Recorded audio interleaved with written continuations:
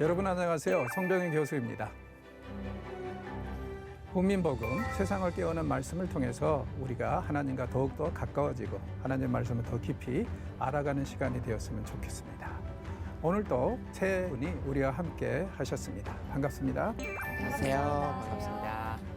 지난주에 저희가 호세아서 3장을 마무리했었는데요. 호세아서 3장에서 내용은 하나님이 간음하고 그리고 가출해서 아예 창녀의 길을 걷다가 드디어 더 이상 창녀의 가치도 없어서 이 노예 경매불락에 나왔던 고매를 호세아에게 가서 사서 집으로 데리고 와서 다시 사랑하라는 그 이야기로 마무리가 되었었습니다. 이게 이제 하나님이 우리를 향한 그 사랑이라는 것을 증명하는 거죠. 그러니까 한마디로 얘기하면은 호세아서가 계속 강조하는 것은 이런 사랑, 나는 절대 너를 포기할 수 없다. 이런 이제 사랑을 극명하게 정의하고 있는 것이 1장에서 3장입니다. 자, 오늘부터 우리가 함께 할 4장에서는요. 하나님이 이렇게 나는 절대 너를 포기하지 않겠다. 이렇게 단언하시면서 자기 종 호세아를 통해서 불가능한 일을 하셨잖아요. 근데 그 과정이 어떠했을까요? 하나님은 신이시니까 쉬웠겠죠? 원석이 형제님 왜 웃으세요? 저도 그런 생각. 동감의 웃음입니다. 그렇습니까? 이게 이제 문제입니다. 왜냐하면은 우리는 하나님이시니까 이런 것들이 굉장히 쉬웠을 것이다. 네. 맞아요. 절대 그렇지 않습니다. 하나님한테도 너무 힘드셨어요. 왜냐하면은 만약에 하나님이 단순히 하나님이시기 때문에 이런 일들이 쉽다면은 인간을 어떻게 이해하시고 아픔이라는 것을 아실까요? 그럴 리가 없잖아요. 근데 성경에 보면은 예수님은 우리의 모든 아픔과 고통과 이걸 다 아신다고 그러죠. 왜냐하면은 인간으로 오셨기 때문에. 그래서 인간처럼 생각하시기도 하고 인간 같은 그런 감정을 가지고 고민을 하시기도 하고 하나님이 용서하신다는 것이 결코 쉬운 일만은 아닙니다. 그리고 실제로 이제 선지서를 보면 이게 확실하게 나타나는 것 같아요. 하나님이 용서하기까지 아주 무지하게 고민도 많이 하시고 괴로워하시고 아파하시다가 끝에 가서 이제 어쩔 수 없이 또 용서하시는 경우들이 많아요. 그래서 그런 점들을 염두에 두면은 결코 쉽지 않아요. 그래서 저는 선지서를 뭐라고 그러냐면은 하나님이 눈물로 쓰신 편지라고 그래요. 하나님이 한없이 울고 아파하고 하시면서도 그래도 나는 너를 사랑하겠고 그래도 나는 너를 용서하겠다고 선언하시고 쓰신 편지가 바로 이 선지서들이다. 또 교수님 말씀 이렇게 듣고 보니까요. 우리를 자식으로 생각하시는 하나님 입장에서 자식이 자꾸 엇나가는 걸 보시는 그 마음이 또 굉장히 아프셨겠다라는 생각도 드네요. 예, 맞습니다. 네. 그러니까 하나님의 그 심정을 어느 정도 이해하시려면은 그렇게 생각하시면 될 것 같아요. 내 자녀가 잘못되었을 때 부모의 심정이 어떨까? 네. 세상에 어떤 부모도요, 자식을 용서할 때 쉽게 할 수 없습니다. 그렇죠? 그래서 이제 이런 점들을 정리하고 있는 것이 호세아서 4장에서 11장입니다. 그래서 이 안에서는요, 계속 극화되는 그런 이제 이 감정, 그리고 또 너무 아파하시고 신음하시는 그런 하나님의 이야기가 계속 나옵니다. 그래서 인간의 죄가 얼마나 하나님에게 많은 고통을 주는가, 이런 부분들을 정리를 하고 있고요. 더 나아가서 1장에서 3장에 기록되어 있는 그 용서, 그게 얼마나 많은 고민과 하나님의 그 아픔과 신음 속에서 결정이 되었고 이루어졌는가를 생각하게 합니다. 그래서 이제 이 4장에서 11장은요, 우리가 굉장히 중요시 여겨야 될 게 급변하는 하나님의 감정입니다. 언제 이 감정이 막 급변하죠? 인간들은? 화날 때요? 화가 날 때. 네. 그리고 어찌 자기도 할 바 모를 때. 그렇죠. 그럴 때 감정이 막 이렇게 왔다 갔다 하잖아요. 제가 서론 시간에 그런 얘기를 했었죠. 이 호세아서에서 굉장히 특징 중에 하나는 뭐냐면 한순간에 감정이 변한다. 그것이 이제 이 책을 어렵게 하기는 하지만 우리가 잘 이해는 충분히 이해는 할 수 있다. 왜 사람이 감정이 격화되면은 이렇게 막 이 급변하는 거, 그건 이제 아픔의 표현이거든요. 신음의 표현이거든요. 그래서 그런 면에서 좀 생각을 하시면서 보면은 그만큼 좋을 것 같습니다. 그리고 이제 4장에서 11장을 이해를 하실 때 이 점도 염두에 두십시오. 이걸 이제 어떤 식으로 생각하시면 되냐면은 범죄한 이스라엘을 피고인석에 세워놓은 거예요. 그러면서 하나님이 너 이렇게 했지, 이렇게 했지, 이렇게 했지 하면서 증거를 들이대시면서 그들의 죄를 조목조목 따져가신다.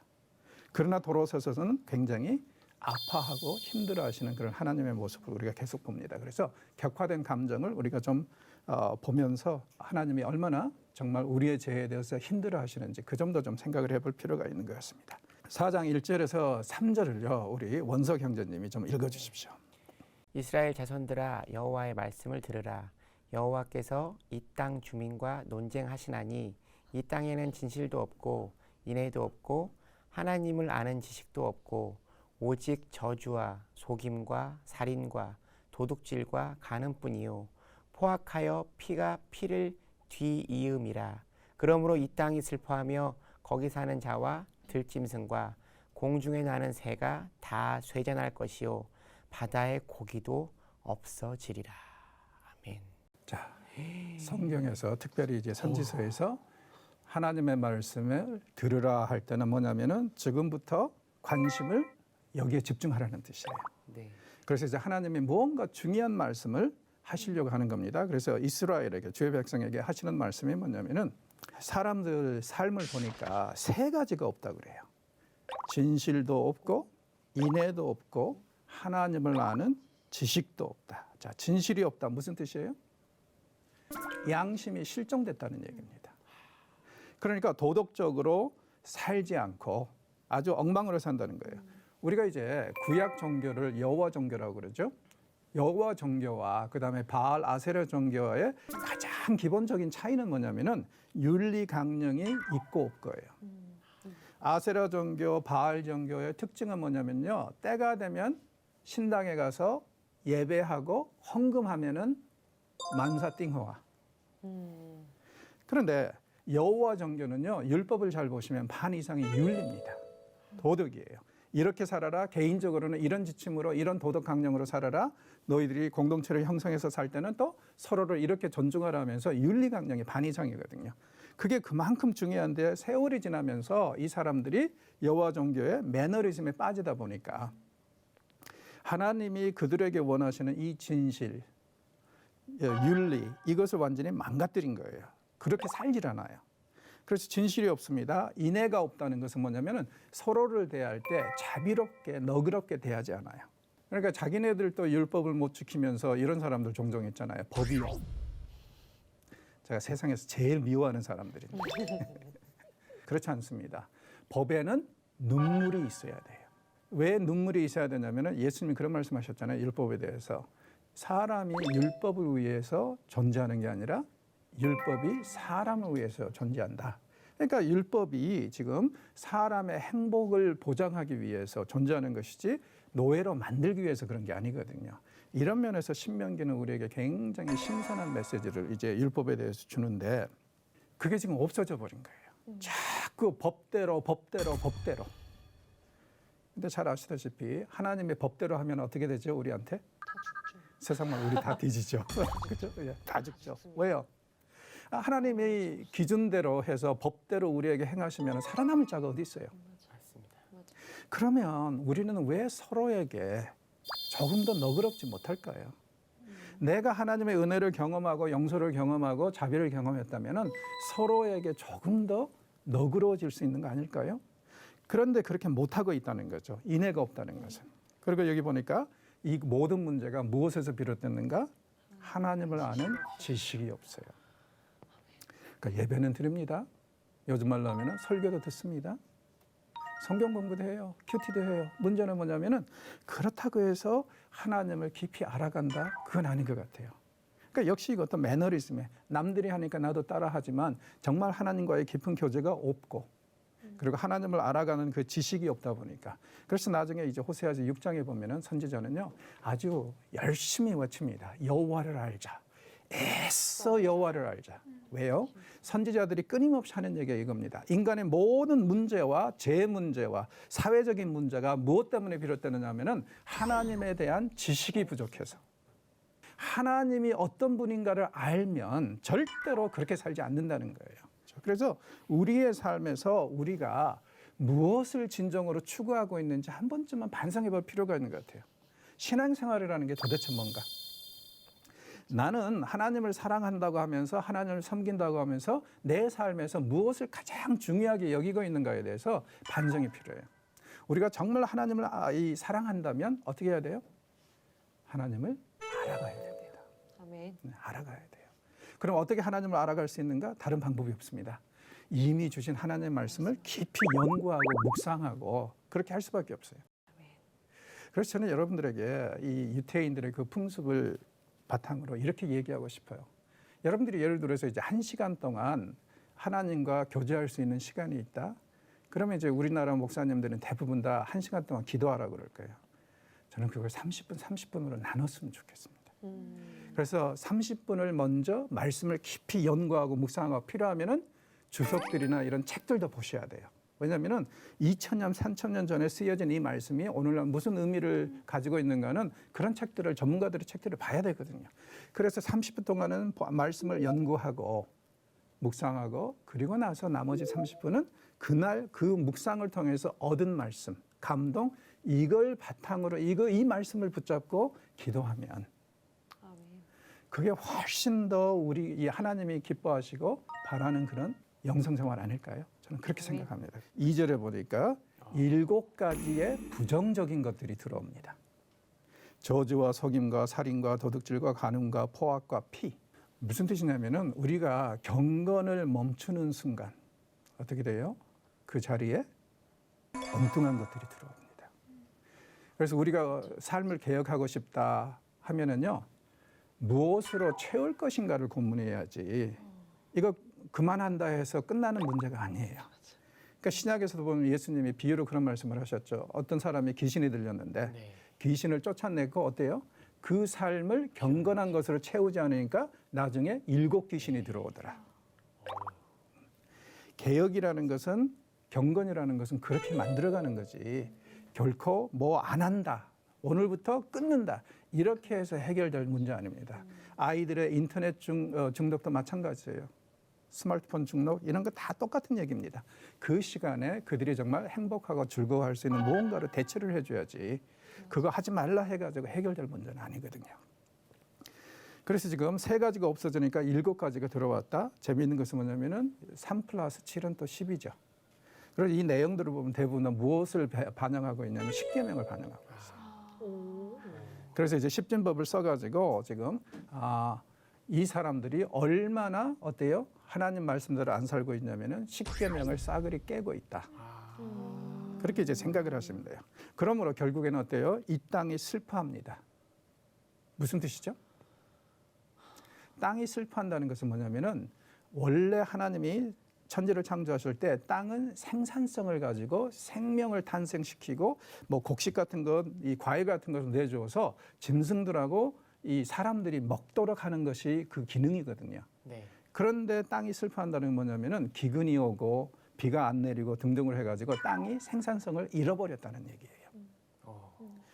그래서 이제 제대로 땅이 생산을 못하니까 거기에 있는 들짐승도 공중에 나는 새도 다 세잔해질 거라고 하죠. 흉흉해지고 말라 비틀어 죽을 것이다. 먹을 게 없으니까. 자, 선지서를 잘 보시면은 계속 반복되는 게 뭐냐면은 땅에 거주하는 자들이 죄를 지으면은 그들이 사는 땅이 훼손이 되고 황량해진다 그래요. 생산성을 잃어버린다고 그럽니다. 이건 뒤집어서 얘기하면 무슨 뜻이냐면은 우리가 정말 잘 하고 있는가 신앙적으로 못 하고 있는가 하나의 리트머스 테스트 중에 하나는 뭐냐면은 자연의 지금 상황이 어떤가. 자, 그래서 이제 로마서 8장에 보면 무슨 말씀이 나와요? 이 자연 만물이 그리스도 예수님의 재림을 신음 속에서 갈망한다는 말씀이 나와요. 왜 그러겠어요? 자연, 훼손된 자연이 자기도 알아요. 주님이 다시 오시면 모든 것이 다시 회복될 거라는 거. 원위치로. 그래서 그들이 인간보다 더 열심히 그리스도의 재림을 위해서 기도한다고 그래요. 바라고. 그러니까 우리가 자연보다 못하죠. 그런 면에서. 왜냐하면 우리는 항상 뭐라 그래요? 주님 오시긴 오시되 나는 시집도 가야 되고 장가도 가야 되니까 나중에 오세요. 세상에 할 일이 너무 많으니까 나중에 오세요. 이게 대부분 사람들의 심정 아니에요. 겉으로는 마라나타 주여 속히 오시옵소서 하지만 속으로는 그렇게 한단 말이에요. 근데 자연은 정말 솔직하게 왜 이미 파손이 됐으니까. 그래서 이제 선지서에서 또 한 가지 특징은 뭐냐면은 주의 백성들이 회복이 될 때는 무엇이 회복된다는 얘기가 꼭 같이 나온다고요? 그들이 사는 땅이 회복된다는 거. 자, 선지자의 말이 계속 이어지는데요. 4장 4절에서 5장 4절은요. 맹렬한 비난들로 이루어져 있습니다. 그리고 특별히 이 이스라엘의 종교 지도자들, 그러니까 제사장들하고 선지자들을 맹렬하게 비난하는 내용이 핵심을 이루고 있어요. 왜 그럴까요? 그들이 제대로 활동하지 않으므로 백성들에게 하나님을 알리지 못한 책임 그렇죠. 아닐까요? 예, 리더는 어떻게 해야 돼요? 사람들을 바른 길로 인도해야 되잖아요. 네, 네. 그런데 지금 이 사람들이 오히려 앞장서서 나쁜 짓을 하니까 뭘 잘 모르는 사람들은 어떻게 하겠어요? 그렇죠? 오늘날 그러니까 이런 거와 비슷하죠. 평신도 한 사람이 엉뚱한 소리 하면은요, 사람들이 별로 귀를 기울이질 않는데 목회자 한 사람이 엉뚱한 소리를 하면은 영향력이 보통이 아니거든요. 특별히 뭐 이렇게 이 언론에 노출이 된 이 목회자들이 엉뚱한 소리 해대면 이건 영향력은 보통이 아니거든요. 게다가 이제 세상 사람들은 어떤 생각을 할까요? 저게 기독교인가 보다. 맞아. 저도 만약에 옛날에 주님을 영접하지 않았고 요즘에 종교를 쇼핑하고 다닌다면 기독교는 맨 밑에 가 있을 것 같아요. 왜냐하면은 지금 이 리더들이 보여주는 모습은 너무 추하고 엉뚱한 짓들만 너무 많이 하거든요. 그래서 저는 이 리더로서 제대로 살지 못하는 것에 대해서 참 많이 반성을 하지만 또 이런 면에서도 이렇게 생각합니다. 이런 사람들을 리더로 세워가지고 무언가를 이루시려고 하는 하나님은 얼마나 답답하실까. 나라도 좀 잘해봐야지. 얼마나 답답하고 우라통이 터지실까. 그런 생각을 하면은 또 참 그런 것 같아요. 하나님의 심정을 충분히 이해할 수 있을 것 같습니다. 4장 4절에서 이제 10절 말씀을요. 쭉 좀 우리 찬송자매가 읽어주십시오. 그러나 어떤 사람이든지 다투지도 말며 책망하지도 말라. 내 백성들이 제사장과 다투는 자처럼 되었음이니라. 너는 낮에 넘어지겠고 너와 함께 있는 선지자는 밤에 넘어지리라. 내가 내 어머니를 멸하리라. 내 백성이 지식이 없음으로 망하는도다. 네가 지식을 버렸으니 나도 너를 버려 내 제사장이 되지 못하게 할 것이요. 네가 내 하나님의 율법을 잊었으니 나도 네 자녀들을 잊어버리리라. 그들은 번성할수록 내게 범죄하니 내가 그들의 영화를 변하여 욕이 되게 하리라. 그들이 내 백성의 속죄 제물을 먹고 그 마음을 그들의 죄악에 두는도다. 장차는 백성이나 제사장이나 동일함이라. 내가 그들의 행실대로 벌하며 그들의 행위대로 갚으리라. 그들이 먹어도 배부르지 아니하며 음행하여도 수요가 늘지 못하니 이는 여호와를 버리고 따르지 아니하였음이니라. 자, 4절에서 이 사람들은 백성들은 제사장들하고 다투는 자들이 되어버렸다고 그랬죠. 무슨 뜻일까요? 원래 정상적인 상황에서는 제사장들이 말씀을 가르치고 하면 성도들이 그대로 받아들여야 되죠. 그런데 이 제사장들도 얼마나 엉망으로 사는지 성도들이 예배는 드리는데 그들의 말은 듣는데 그건 아닌데 이런 식으로 이제 저항하는 거죠. 그러니까 완전히 리더십에서부터 이 아래 그라스루트까지 완전히 썩어 있는 상태고 리더들이 썩다 보니까 그라스루트에 있는 평신도들도 그들을 들이받고 한다는 거예요. 저는 어떻게 보면은 이게 우리 한국교회보다 더 나은 것 같아요. 왜냐하면은 우리는 너무 목회자들에게 권위를 많이 주다 보니까 그냥 하나님의 말씀으로 받아들이는 건전하게 성경적으로 말씀하실 땐 당연히 그래야죠. 그런데 그렇지 않을 때도 너무 그들에게 정말 이제 권위를 주는 것 같아서 오히려 그런 부분은 그런 것 같아요. 이 역사를 보면은 기독교가요 어떻게 해서 계속 개혁이 됐냐면 이 그라스루트 평신도들의 건전성에 의해서 계속 유지가 됐지 지도자들의 건전성은 아니었거든요, 사실은. 그래서 저는 우리 거의 성도들이 좀 말씀으로 무장했으면 좋겠어요. 아멘. 그래서 강단에서 엉뚱한 소리 하면은 들이받아야죠. 응? 너무 좀 폭탄적인 발언인가요? 아니 진리를 왜곡하고 있는데 당연히 문제 삼아야죠. 당연히. 순종하라고 하셨잖아요. 진리에 순종해야지. 어? 진리가 아닌 걸 가르칠 때는 그건 이제 곤란하잖아요. 네. 그렇죠? 그래서 그런 점에서 볼 때 이 사람들이 그렇게 하는 건 좋은데 문제는 이 사람들도 엉망으로 살고 있단 말이에요. 네. 그러니까 별로 이렇게 설득력이 없어요. 그래서 하나님 뭐라 그러냐면은 낮에 넘어지겠고 밤에 넘어질 거라고 그러죠. 이게 무슨 뜻이냐면은 제사장들은 낮에 사역을 하죠. 선지자들은 주로 환상과 비전을 밤에 보죠. 그래서 이 이스라엘의 종교 리더십을 완전히 그냥 무너뜨리겠다는 거예요. 어찌됐건 지금 제대로 가르치지 않고 제대로 선포하지 않으니까 당연히 그렇게 하실 수밖에 없죠. 우리가 항상 기억해야 될 것은 뭐냐면은 하나님이 심판을 시작하시면은 제일 먼저 누구에게 심판이 임하냐면은 리더십에 임해요. 그래서 훌륭한 리더십의 부재가 선지자들이 계속 얘기하고 있는 심판의 시작입니다. 그리고 6절은 분명히 말씀하십니다. 왜 이들이 망하는가? 지식이 없음으로 막. 하나님을 아는 지식이 없어서. 그렇게 많은 예배를 드리고 그렇게 많은 강론이 있었을 텐데 하나님을 아는 지식이 없다. 수박 거달기식으로 형식적으로. 문제는 뭐냐면 제사장의 숫자가 늘어나면 늘어날수록 어때요? 더 죄가 많아져. 이게 이상하다. 그렇게 생각하지 마세요.